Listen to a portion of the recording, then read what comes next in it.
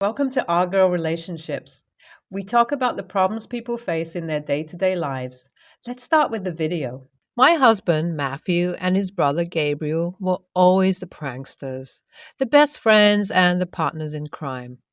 I've never had a problem with that, or never seen anyone else have a problem with that, because at least initially, their jokes and pranks have never been out of line. With so much validation and so much attention from everyone, they never stopped with their pranks, and eventually they just kept worsening. They've been pranking people since they were in school, following all throughout college where we met, and according to his friends and family, it was always their pranks that always lit up their family events and their lives in general.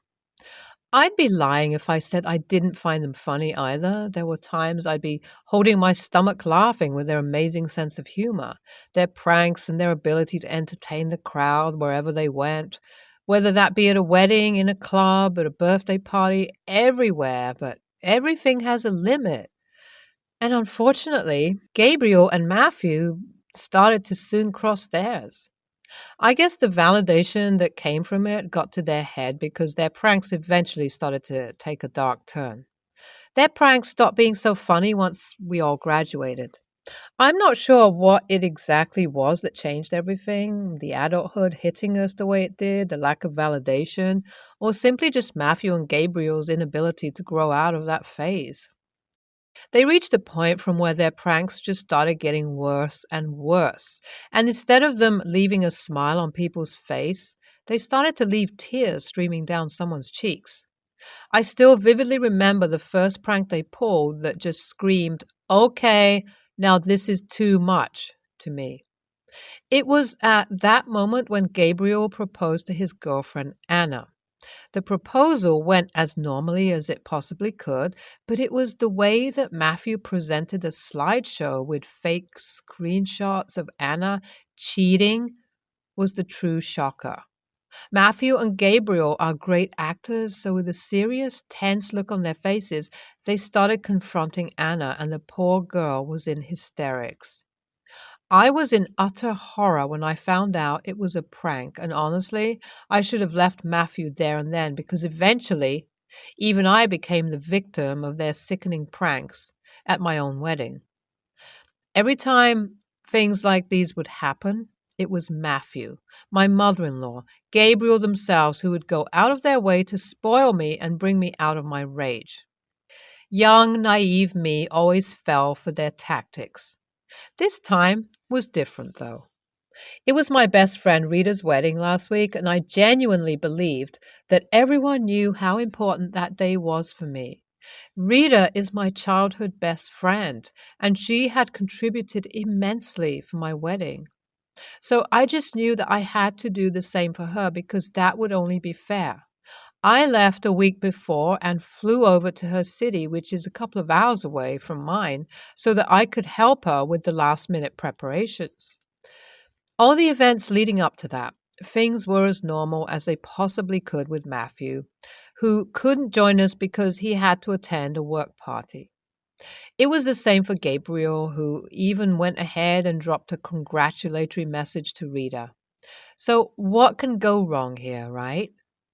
I had thought that to myself as well, but it wasn't until the wedding day arrived itself that things went terribly wrong, and that too, all because of Gabriel and Matthew. It was the morning of the wedding. I was inside Rita's hotel room getting her ready as my phone suddenly started buzzing like crazy, and I saw it was Gabriel. So I picked up his call. I had already become nervous because Gabriel never called me that many times before. Well, on the other side of the call, I was greeted by a very drunk Gabriel who was in absolute panic, talking about how on their way back from a party, Matthew was too drunk and got into an accident. My stomach dropped. I immediately knew I had to run. Through my tears, I told Rita everything I possibly could about the situation. Rita, being the angel that she was, immediately booked me a cab, an urgent flight, and I reached back to my city within 4 hours. I bolted to the hospital and inquired about my husband at the reception and was surprised when their records didn't show anything. I then received a call from Gabriel that I think changed me forever. It was him and my husband in the background in absolute hysterics, laughing that they had pranked me. My world came shattering down. I immediately booked a cab back home and was greeted by Gabriel, Matthew, and God knows how many men and women. This man had gone out of his way to party in my house without telling me about it, and the only reason why he pulled this sickening prank on me was so that I could come home and clean up ASAP. No one laughed except for Gabriel, Matthew, and Matthew's colleague, Ness, who I knew the joke was meant for. I just knew I couldn't stay in this house anymore because not only had my trust broken, but this house no longer felt like mine. I simply left. I booked a flight back to Reader's City. It was a lot of money spent in a single day, but I knew this day wouldn't come back. I missed the wedding, but luckily made it back in time for the reception. I had a blast. Of course, while having my phone blasted with texts from my in laws and Matthew to just chill and come back home, I knew I wasn't going to chill because I was done with this man. The very next day, I flew back to my home city and moved into a friend's house. I also went to my house when Matthew was at work to collect some of my important belongings. The next thing I did was book an appointment with the lawyers and got the divorce papers drafted. That was my version of prank towards Matthew. I didn't have time to keep bullshitting around and doing childish things like him, so as soon as the divorce papers were handed to me, I met him up and handed it to him. Apparently, this took Matthew and his entire family by surprise because they were surprised by the fact that I could no longer take jokes. They even got my whole family involved, and suddenly they're on Matthew's side too. I feel really lost here right now. My friends say I've done the right thing, but with my family completely switching their sides, I'm really questioning my decision. AITA? My suspicions were right because today none other than Ness herself messaged me. It was a long paragraph starting off with apologies for ruining things between Matthew and I. I immediately knew where this was going, so didn't really bother to read the entire thing, but to put it in short, mostly all it talked about was how Matthew had been already spreading rumors that his own marriage was on the verge of getting over. He used this information to manipulate and butter Ness into sleeping with him. Ness and him worked together, and although she wasn't ever my favorite person due to her being very insensitive, I gave this one to her because I know she's not as stupid to message someone like me a bunch of lies who's already enraged to the max. I wouldn't blame Ness for all of this, but meh, I'd be lying if I didn't feel hurt by her actions as well. I decided to screenshot her message and forward it to all the group chats I shared with Matthew. These groups started blowing up once again, the only difference being that everyone has started to realize just how bad Matthew has and always had been messing up. I guess a lot of his pranks also started to ick people suddenly because I can see messages after messages of people talking about him and how inconsiderate he was. Matthew, Gabriel, and my in laws cannot be angrier at me currently because of all the trouble I'm putting them into, but honestly, I also cannot care about them any less. I was surprised when Anna reached out to me personally today. Initially, I thought she wanted to blow up at me, just as my in laws were, but to my utter surprise, it was for something completely unexpected. We decided to meet at a local restaurant. The initial few minutes were spent talking about things here and then. Eventually, when the awkwardness wore off, Anna confessed to me that after this situation, she believed that she had fallen out of love with Gabriel. I was shocked, heartbroken, but at the same time, sort of relieved. She went on the day that she had overheard Gabriel talking to Matthew and confessing to the fact that he had known about Matthew's affair from the get-go, but still decided to keep it as a secret for him due to some bro code. I was honestly disappointed because even with their pranks, I expected so much better from Gabriel and Matthew both. With everything that Anna confessed, I had nothing to say but encourage her to do what is right. Thankfully, the right thing for her was to file for divorce. This all was still surprising to me, but at the same time, not so much because this wasn't the only event that caused Anna to take this firm step. She and I both know how terrible Gabriel and Matthew have been all these years. I guess this situation was just the nail on the coffin for her. Hi all. I had posted on this subreddit a couple of months back. I stopped updating this post because I had become caught up with all the legal proceedings and stuff that came with the divorce. Well, the divorce is still ongoing. It is pretty much smooth, though. The only thing that has been difficult is moving on from this situation. I mean, regardless of how much I hate this man now, I know there was a time when I had loved him more than anything in this world. It is that part that I know will take a lot of time to get over. Unfortunately, I haven't reached that point yet. But with good things starting to reap from the seeds I had sown by moving away from Matthew, such as moving into an apartment with Anna, making friends, clubbing, doing yoga, baking, and getting a new cat, I think the day that I get over it all isn't too far, and I would like to thank you all for helping me get to this point, really. NTA. Matthew seems like he's having some identity crisis and is trying to once again live the frat boy lifestyle or something.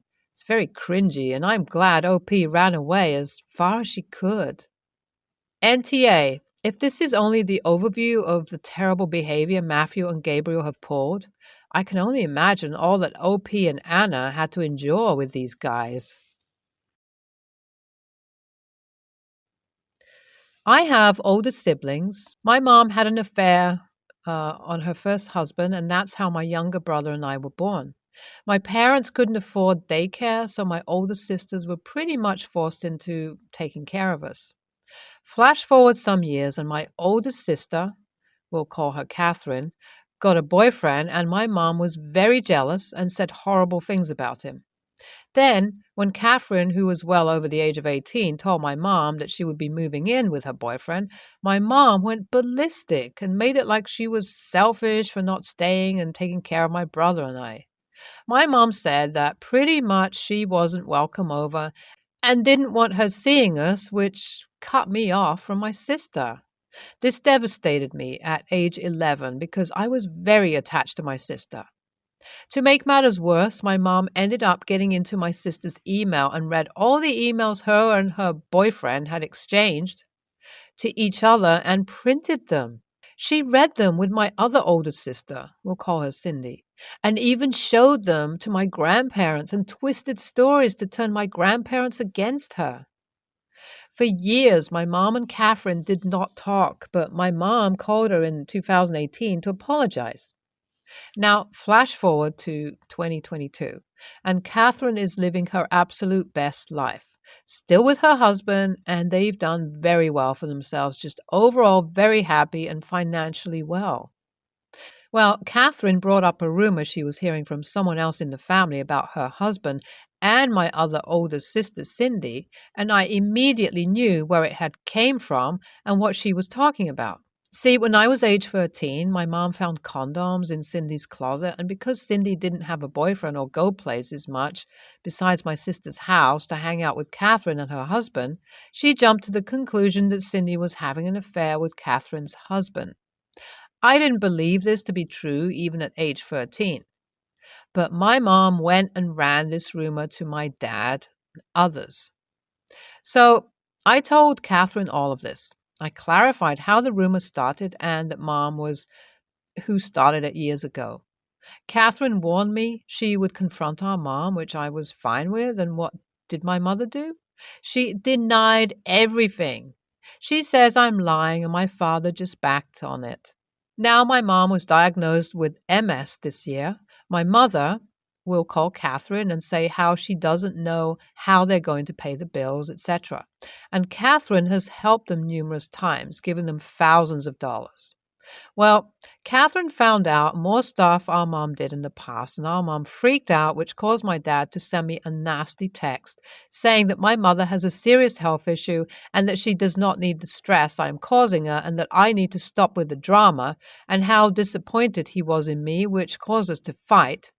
And when my aunt called my mother to confront her on both Catherine's behavior and mine, and our mother told my aunt I was crazy not to believe me. NTA, OP, your mom is a bad person. If she didn't want to experience consequences for her horrible abuse of your sister, she shouldn't have committed those acts. Consider telling your mom how you really feel about her and distancing yourself from her entirely. Your dad has enabled your mother's behavior all these years. He's also a bad person. NTA, your mom is a bad person. She happens to have MS. Having a serious health disorder does not make her into a good person or make everyone obligated to let her behave so badly. Since your mother is hell-bent on creating drama within your family, it would be best if you and your siblings went NC or LC. It's not healthy for anyone to participate in her nonsense. She was a bad person before she got sick, and she is still a bad person. Nobody should feel obligated to help her out financially. Let her figure it out for herself. Your father was complicit in enabling your mother's bad behavior. He's not a good guy. You're all abused in some way, and the best thing for you to heal is to cut her off. Therapy would be a really good idea, and possibly some extra therapy with your siblings so you can support each other. I am so sorry for the pain and turmoil you must be feeling. Your mom is toxic. She doesn't take motherhood, marriage, or vows seriously. And now that she's sick and going to need a lot of care and money, she's going to use up and discard each of her children. But she won't stop talking badly about any of you while using you. She can't, even if it's for her own good. As soon as you can, you have to move out of that house. Do not get stuck there for years being her caregiver. It will destroy you mentally and physically. NTA. I care for an elderly lady, 93, let's call her Mary, who has lost almost all of her vision. As a younger person, she loved gardening. She had a huge yard and even grew some of her own vegetables. She recently moved into an apartment with a small balcony. Between herself and family, they have gotten her a few herbs, flowers, and other plants. The idea was to have a garden that she can identify by smell. Her son, let's call him John, wanted this to be their thing.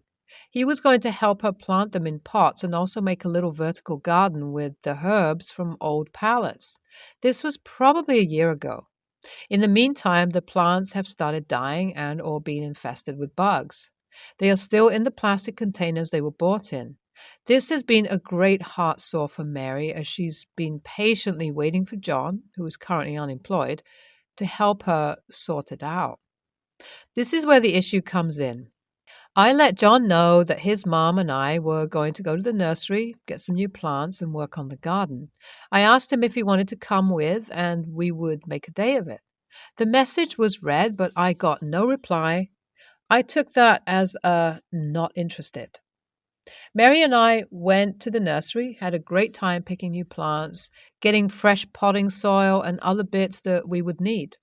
When we got home, I chucked the infected, dead plants and some of the clay pots to repot what could be saved. I didn't get to finish as it was a lot of work, but told Mary that we would finish it the next day. That evening, I got a very angry text from John. He was furious that I had thrown out the plants that he had bought. He told me that he was busy working on a vertical garden for the herbs. He wasn't, and that he was going to use the clay pots for something else. I was told to not touch the garden again. He got all the plants out of the refuse bag, popped them back in the plastic pots, and shoved the new plants to the back. It has now been 3 weeks. The new plants are dying. The old ones are sticks in soil, and there is no vertical garden. Am I the a-hole? John was a late baby and is in his later 40s. He is going through a tough time being unemployed and in a toxic relationship. NTA. Is he getting dementia? I would consider secretly replacing the dead plants with the same, but live ones, so he will have his miracle and maybe be less of a sad sack. NTA. As a balcony gardener, it makes me really sad for all those plants to go to waste. Have you thought about a windowsill herb garden? I'm currently growing some herbs using a light with a timer next to my window. The light helps for days when it's not sunny. I even have mine in mason jars using hydroponic methods, so there is nothing I have to do other than add more water every now and then, and change the water entirely every 2 weeks.